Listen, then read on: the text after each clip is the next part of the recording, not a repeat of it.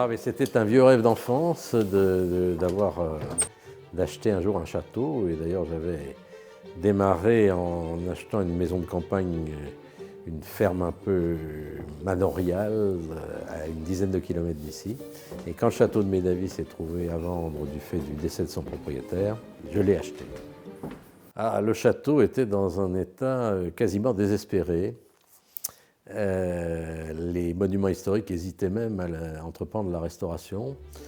Les toitures avaient été soufflées par les tempêtes de 1999. Les douves étaient en train de s'écrouler.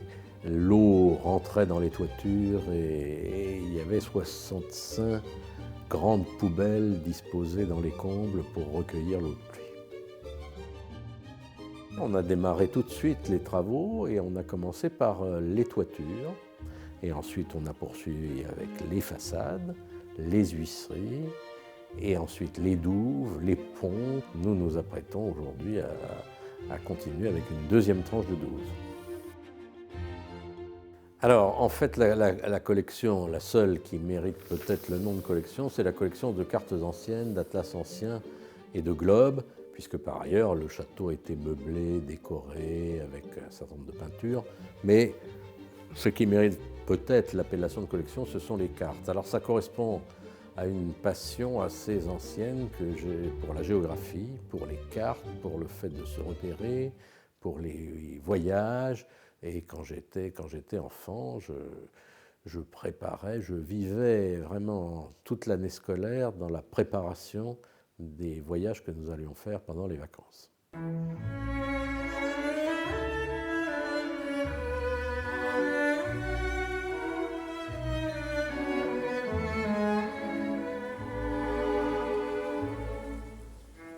Alors aujourd'hui au château de Médavy, les visites se déroulent sur 3 espaces différents. Il y a d'abord le château, il y a également la tour Saint-Pierre, tour qui est décorée en art contemporain, et il y a enfin dans le haras une salle de maquettes de bateaux qui fait la part belle aux explorateurs et un peu plus largement à tous les types de bateaux.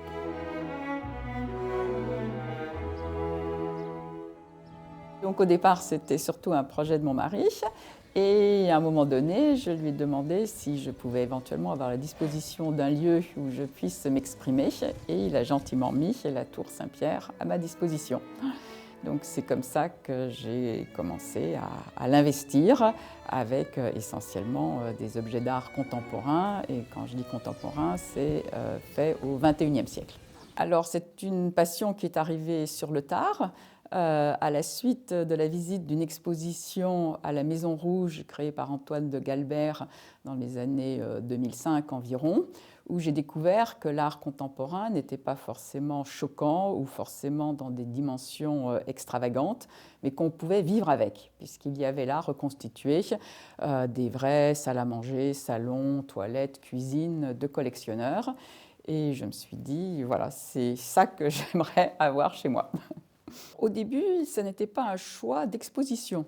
En fait, c'était de vivre dans cette tour entourée d'objets d'art contemporain. Et la tour a été ouverte pour la première fois lors du mariage de notre seconde fille en 2014. Donc je pensais juste faire une simple visite à quelques amis qui pourraient être intéressés. Et je me suis retrouvée à faire la guide tout le week-end par le bouche à oreille. Et c'est comme ça que l'idée est venue d'en faire profiter d'autres personnes. Ça n'est pas simplement un musée, c'est un lieu de vie.